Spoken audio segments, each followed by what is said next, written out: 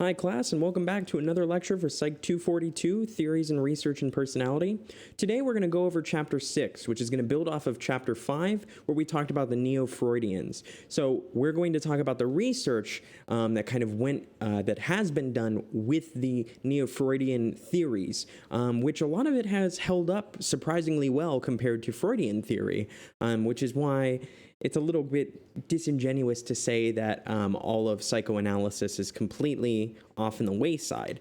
But we'll kind of get into that as we talk today. A couple quick announcements. Remember that the day that class is for you this week, you have your paper, your exam, and your quiz due. I'm pretty sure of that. I thought I checked the syllabus correctly. If that seems incorrect, let me know in a quick email. Other than that, don't forget office hours if you do have any questions, and SONA hours. You do need to complete those 3 credits before the end of the semester. Don't forget about them. What are we going to talk about today, though? We're going to talk about 3 major topics. We're going to talk about anxiety and coping strategies. We're going to talk about the psychoanalytic concepts and aggression, as well as attachment style, specifically with adult relationships. So we are going to start out by talking about anxiety. And anxiety is such an interesting feeling. I often think back to Edvard Munch painted this, if you've probably seen The Scream before. And this was his belief that somebody who was just having basically a panic attack, what they were feeling. And I don't know, there's something that rings true to it about the idea of anxiety, which can be described as an unpleasant emotional experience, which honestly feels a little underselling it. I like how the book kind of described it in more detail, right? The emotional experience you would have if you were suddenly arrested, or the other one they talked about, if you found out that somebody was reading a diary that you've written in. All of these very intense and unpleasant feelings.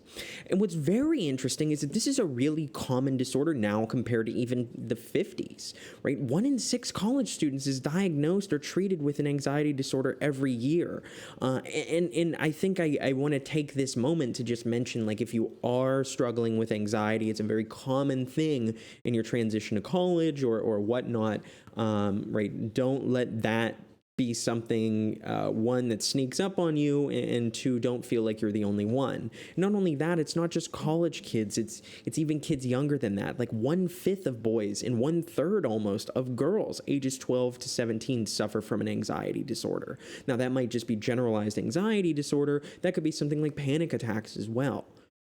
So we're a really anxious culture, which is interesting. But when we talk about anxiety, Freud typically talked about this in terms of things like the reality anxiety, where these responses to a perceived threat in the real world might activate the ego. There's this idea of neurotic anxiety, which is experienced when the id is trying to maybe do something that it shouldn't do, and especially if it's getting close to breaking into consciousness, which might lead the ego to use defense mechanisms to shut it down. And then this idea that we talked about of moral anxiety, right? This idea that the superego is going to activate itself in response to the id and almost just make you feel guilty and terrible in order to kind of bring that id back in line, almost like a parent yelling at you saying, "Why would you do that?" So these are these kind of coping strategies that Freud talked about. But we can also talk about coping strategies which are different than defensive mechanisms, right? The coping strategies are conscious efforts, where defensive mechanisms are unconscious efforts. So this is a very big distinction. Freud talking about the unconscious, all of these defense mechanisms, projection, denial, sublimation, were going on without our awareness. And that's true. That might be true. That definitely happens. Some research suggests that we use defense mechanisms and we're not even aware that we use them. However, we also use these coping strategies, which is a different thing, right? We do know that women report using more coping strategies than men, but these differences in coping strategies vary from person to person in the same way that our defensive mechanism use, we have different defensive styles. So how do we break down these coping strategies? Well, we can divide them into 2 kind of general categories. Taking an active role to deal with the problem, or trying to avoid the problem. So are you doing something to figure something out, or are you just kind of, hiding away from this? Well, we can separate those active roles a little bit beyond this, because there's different ways that we can play an active role in trying to cope or solve a problem. One of those is aimed at the source of the stress. So what is causing the stress and how can I fix it? So a very kind of problem-oriented strategy versus this is causing me a ton of anxiety, that my body doesn't feel good. How can I stop feeling so bad? And that's going to be focused on the emotional reaction. And then in addition to those two, we have this ignoring the issue idea. So let's see with what we can do. So you have two strategies when we talk about coping strategies. You have two kind of things you can do. The first one, easy enough. We ignore the issue. We decide to ignore the issue. We ignore it. We're done. But if we decide, hey, let's deal with the issue, you have to tell yourself, how do you want to deal with the issue? Do you want to focus on the stressor or do you want to focus on the emotional reaction? And to start, let's talk about how we can focus on the stressor. And this is what we call problem-focused strategies.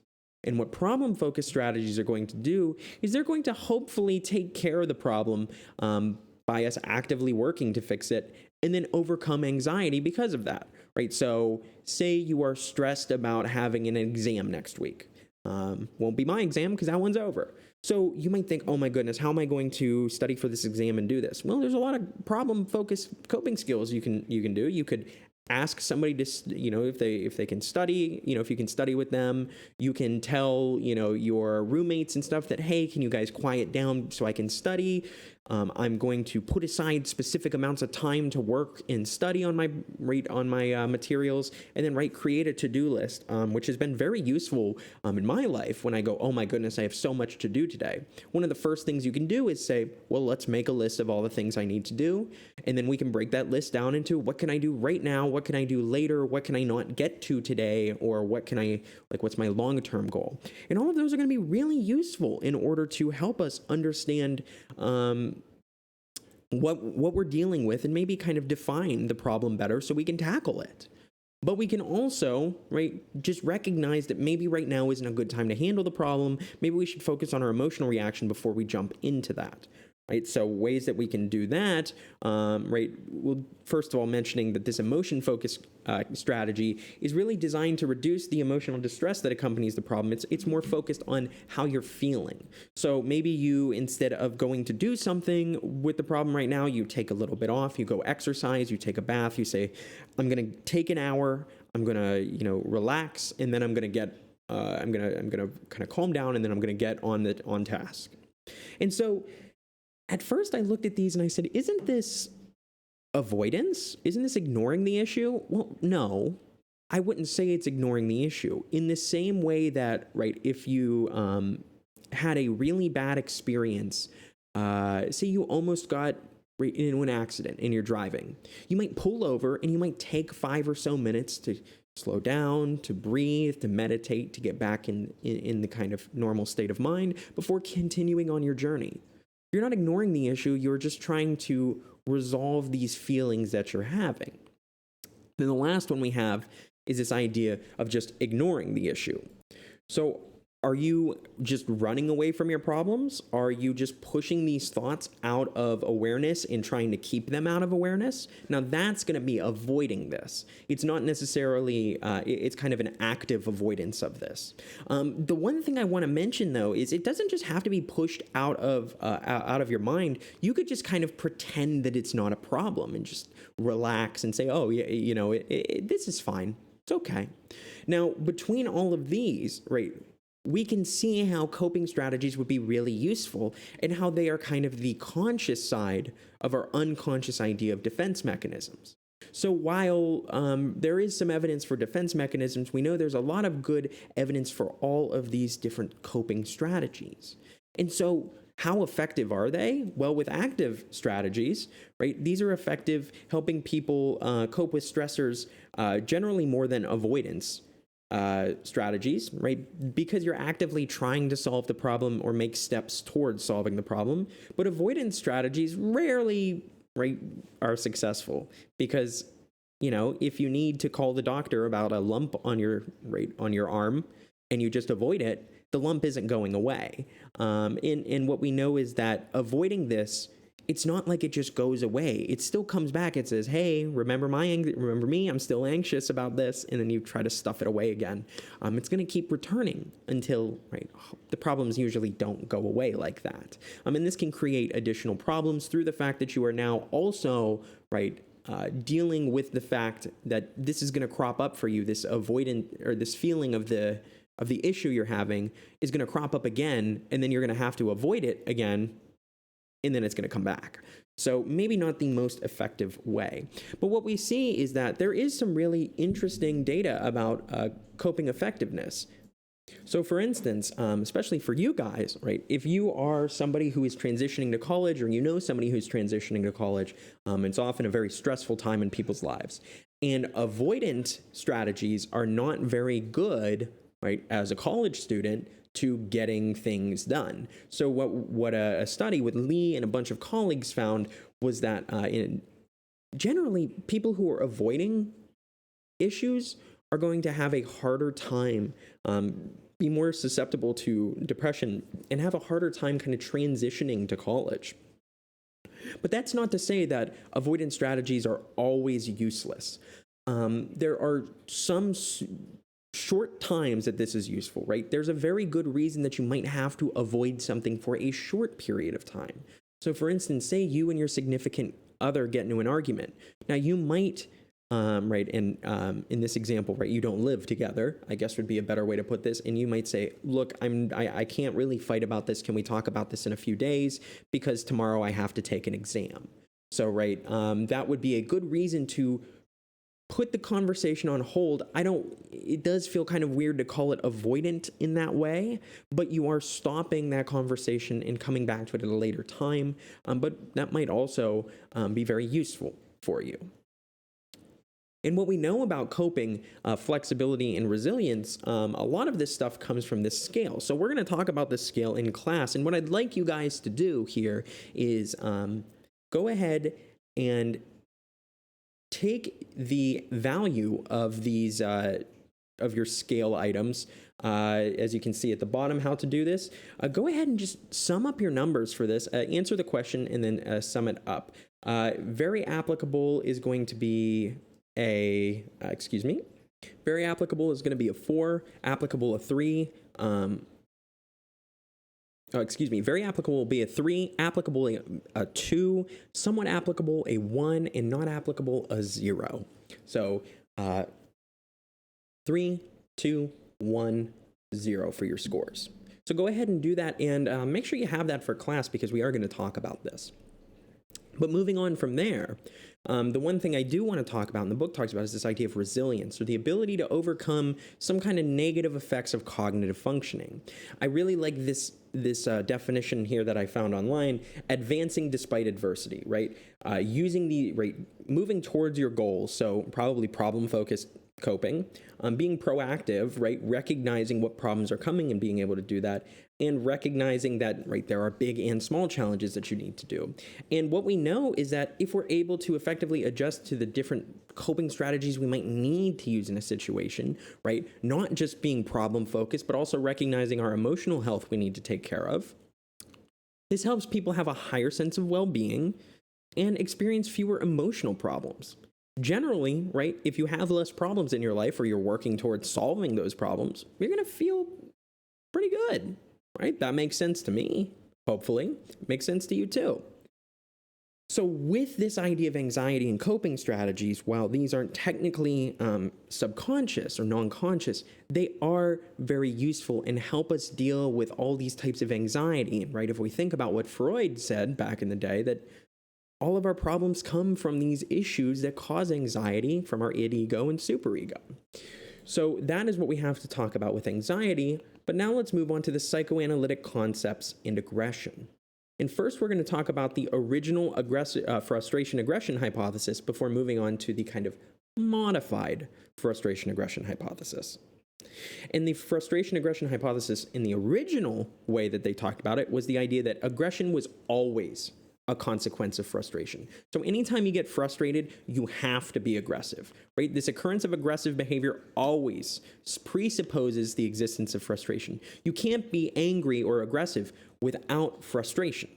And additionally, right, that having frustration will always lead to some form of aggression. Now, this seems a little weird to me, right? Because I know that I've been frustrated about things before, but it doesn't mean I instantly get angry or right, lead to some form of aggression. But what they said was the idea that this ceases when people experience catharsis in some way, shape, or form, that release. And how I like to think about this is if you ever been to a water park where they have these buckets that fill with water from the top, and then after a certain amount of time has passed, the bucket gets heavy enough that it kind of tilts and lets all the water out. And that's right, a great example in my mind of catharsis, or kind of like I'm pent up all this rage and eventually I yell at somebody or punch a wall or right, whatever aggressive behavior it might be. And then all of a sudden I feel better. So one study looking at this was the line cutting study that the book talked about here. And basically the investigators cut in front of people in lines. And this was a really interesting study, right? They found large lines at banks, at malls, at whatever it was back in the 70s. And they just cut in front of people. So what they did was they either cut in front of the person third in line or 12th in line. And what they did was they would cut that person and then glance back to see what the person's response was. And after about 20 seconds, they would apologize and leave. So during this, a person might, tap on their shoulder and be like, yo, buddy, back of the line. Person might make a rude passive-aggressive comment, or a person might make a rude aggressive comment. And what they did was they counted all of these. So they talk about verbal aggression, being verbally aggressive, and nonverbal aggression, other things that you can do, which was kind of vague, but I'm interested to see what those nonverbal aggressive techniques were. And what you find, though, is that when you're at the back of the line and you get cut, you don't care as much as when you're at the front of the line. And this makes sense with our idea of the frustration aggression hypothesis. The closer you are to a goal, the more frustrated you're going to be when you can't make that goal. So you are, right, so say you are 2 weeks away from finishing your degree, and all of a sudden you get some kind of notice that you might have to take another semester because of I don't know, you missed a class or something fell through the cracks. You're going to be so much angrier because you're so close to the goal than if you were in your second year, right? And you said, actually, you're going to have to stay 4.5 years if you want to finish this degree. You might, fine. But generally, the closer we are to our goal, the more frustrated we're going to get. And so when you're close to the front of the line in third place back here, you're going to get much angrier when somebody cuts in front of you.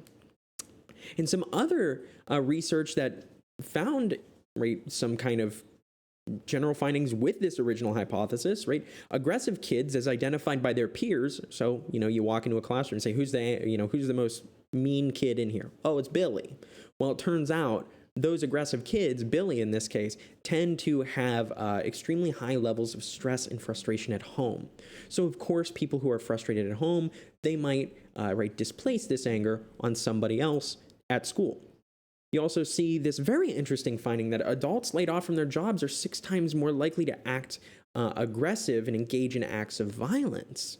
And we see this same thing, not just with layoffs, but with unemployment, in general increases in violent crime. Now, I don't think necessarily, right, I lose my job and that makes me go rob a bank, but it's an interesting hypothesis, and we should spend some time talking about this in class. Hint, hint, for those of you who don't like to talk. But the real question, though, is this always due to frustration? Well, no. There's other variables that cause people to be aggressive. And a lot of these come from social psychology. One study had a couple in a room that they just cranked the heat up to like 90 degrees. And they're just sweating in this room. They have to sit there and wait. And I think they gave them some like minor issue to talk about. And you see couples get extremely angry in a hot room compared to a less hot room. Heat seems to trigger aggressive tendencies. Not only that, smoke, cigarette smoke specifically, can trigger aggression, and just general loud noises. Anything that I feel like all of these things are minor complaints. They remind me of kind of like mosquitoes buzzing around your head. None of them in and of themselves are the end of the world. But if I'm already in a bad mood, they're likely to really crank that bad mood up and over. So based on some of this, we have this modified frustration aggression theory based on psychoanalytic theory, right? The idea that frustration probably leads to indirect expressions of aggression, right? And these can be expressed by either displacing that aggression to a new target, right? Attacking the source of frustration in an indirect manner, things like passive aggressiveness, using sublimation. All of these different ways all of these are different ways that we can see how these might predict aggression. So some of the advantages of this new theory that I think are really useful are that, one, it explains why it doesn't always lead to aggression, because we know it doesn't always lead to aggression, so it's silly to believe it does. But not only that, we understand why certain thoughts maybe increase or decrease the likelihood of acting aggressively. So for instance, if the book talks about this in terms of like a friend accidentally causing an issue, but I think about this a lot while like driving, right? So if somebody cuts you off when you're driving, the question is, you can get really angry and assume that person meant it, or you could possibly decrease your anger by thinking they probably just weren't paying attention. It's stupid, it's annoying, but right, I'm not actively mad at them because they're not out to get me. And things like that are ways that we can increase or decrease how likely we are to be aggressive based on how frustrated we are. Now, we know people displace aggression from a frustrating source to an innocent target, right? That's this whole idea of displacement. And the important thing to know is that this triggered displaced aggression is often just maybe is more or less coming from the fact that like we're already annoyed and then something else bothers us. So like if you are already kind of pumped up to be angry and then somebody makes the slightest mistake, say you've had the worst day and you're just really, really frustrated, and then you go through McDonald's to get food because you don't even want to eat at home, and you get home and you see they forgot your fries. And if you're already mad, right, that little bit extra just might set you off and you're like, I'm going back there and I'm screaming at the manager. And that is this idea that we displace that aggression, maybe not on the appropriate target, not on our boss who caused this, but on somebody else. And especially if it's just triggered by one of these minor things. Great study looking at this, as we talked about, was this anagram study. So participants worked on completing anagrams, but were either bothered by a Confederate or left alone. So there would be a Confederate who just kind of kept annoying them while they were trying to do this, or they were left alone. And what they were able to do was grade another person on a creativity task by giving them shocks if they weren't acting creative. Now, the interesting thing was the other person was either the previous Confederate or a new stranger. So we have some people who aren't frustrated dealing with a Confederate. We have some people who aren't frustrated dealing with a stranger. And then we have frustrated people dealing with the jerk Confederate or some stranger. And so you would expect, normally, right, at least I would expect, that when you are talking about the person who was frustrating you and you have the chance to shock them, you're going to shock them a lot because you don't like them. But this other person, right, this stranger, if I'm frustrated and this other person comes by, I shouldn't shock them as much because, right, what did they do? Well, no, it's not how it works. We see that people, right, slightly in the frustrated subject, slightly give less shocks to the stranger, but not that much. Definitely more shocks than we give to the non-frustrated, and these would be non-significantly different, so we would say these are about even. So what does this suggest? Yeah, we do displace anger, even when we know maybe it's not the right target. We just want to get that anger out. It's this idea of catharsis, right? This is kind of this idea with the frustration aggression hypothesis is that we need to aggress. And to aggress allows us to have this catharsis. And what's interesting, though, is that research finds that aggression doesn't lead to tension-reducing catharsis always. Sometimes you just get angrier, right? Some research finds that after being aggressive, you might get more aggressive. And part of the reason, right, one of the beliefs might be that acting aggressively leads to a kind of disinhibition. So I'm going to be aggressive, which means I'm just going to kind of let it all out. I know I shouldn't say anything, but I already started, so I'm just going to lay into you. Right, this presence of aggressive cues we can talk about later, but simply seeing objects in the environment that remind you of aggressive things. In one study, they used images of guns and knives versus images of like tennis rackets. And they found that people who saw these guns and knives were more likely to be aggressive.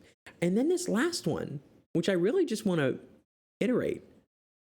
Cathartic release of tension feels good. It feels good to get rid of all of those tension, all of that tension. And the study looking at that found, exactly that. They found that after having people in an aggressive situation, that in the control condition, these aggressive individuals or these people who were frustrated or angry and wanted to have this catharsis, they just said, sit here, relax. So cool down, deal with it yourself. And then the other two conditions, they had them punch a punching bag. Now, either punch the punching bag thinking about exercise, which leads to slightly more aggression, anger scores, or punch that bag thinking about the person who pissed you off.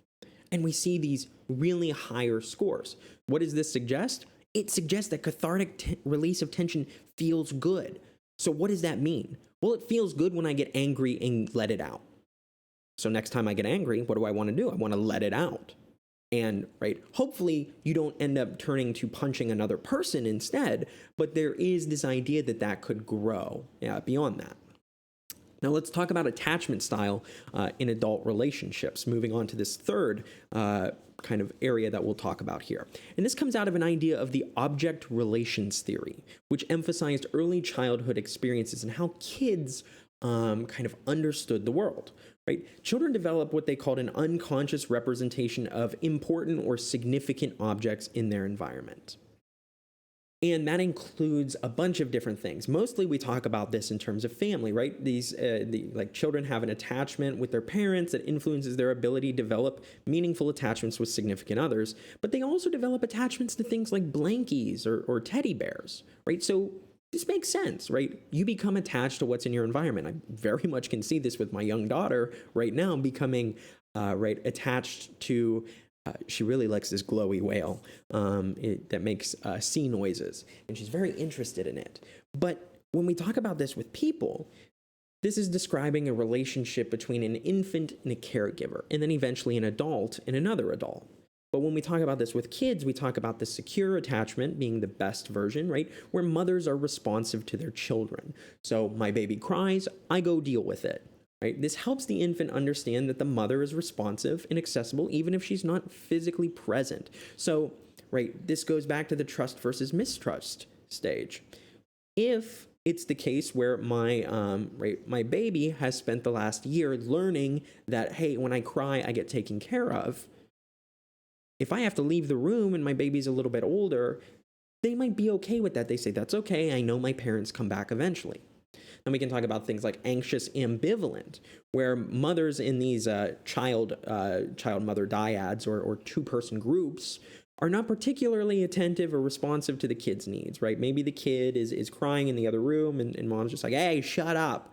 Or I guess me or a dad in that case, but watching TV, not really paying attention. And this causes the kids to become not exactly sure of if they're going to have their needs met or not. And then we have this idea of avoidance, right? That mothers are not responsive to their children at all. And these kids tend to become aloof or detached from the mother. Kind of like when we talked about moving away from people with Karen Horney's theories on neuroses. This is going to be an interesting one here because kids maybe just recognize, okay, so I shouldn't trust anybody, so leave me alone. And what we see is that secure adults with positive relationships with their parents, they tend to remember those positive relationships and think that their families are warm and trusting environments. Anxious, ambivalent people recall little parental support, where avoidant people actually describe relationships with their family members as distrustful and emotionally distant. And all of this comes back from how mom and dad are taking care of you. Now, this is very interesting for me as I you guys know I'm a new parent, but the idea here is what you're doing to your kid, even at such a young age, how I'm helping my kid learn and grow right now, is really changing, is really having a huge impact on the way they're going to live their life down the line. Now, this isn't the only way we can measure attachment style, however. We can also measure attachment style in this alternative mode. So we might talk about this in terms of closeness, and specifically a fear of closeness and a fear of abandonment. So people who are high on, right, their fear of getting close to people, right? So, people want to make friends with you and you're like, I'm going to stay away. You'd be low, or you'd be high on the fear of closeness. And then there's this idea of abandonment, right? You can be low on fear of abandonment, right? A secure person is going to be low on fear of abandonment. They're going to know, like, hey, somebody's going to come back. For instance, though, you could be high on fear of abandonment. So when my wife and I moved down to Florida, we were here for 4 days before we had to go to the hospital for 4 days for our baby being born. And my dog was here with the cat alone, and we had somebody come watch her. But the way she acted when we got back was just crazy, because she felt, I'm sure, like, why did we move to a new place and where did my parents go? And it seemed like she was very high in this fear of abandonment. And she just, like, would not leave our side for the next 2 or 3 days, because she was like, please don't ever go again. I miss you. I don't want you to leave. But anyways, so that's the idea of these two dimensions here. But secure adults in the 3-category model tend to seek out and are comfortable with intimate relationships. But we can also talk about these different avoidant styles, or possibly dismissive styles of relationships. And here's a picture of those as well. So you'll notice, though, they are very similar to what we talked about, but just a slight twist on this. Now, the very interesting thing is that there's some really positives that come out of secure attachments for adults who have a secure attachment. There is I believe, a 50.5 positive correlation between your child attachment style and your adult attachment style, suggesting that it's a decent predictor of what you're going to be like as an adult, but it can change. We know that adults with secure attachments tend to be more satisfied with their relationships, find their relationships to be much more filled, or they characterize them to be filled with love, commitment, and trust. They accept support from their partner, even if the partner has personal faults, which we all do, except me.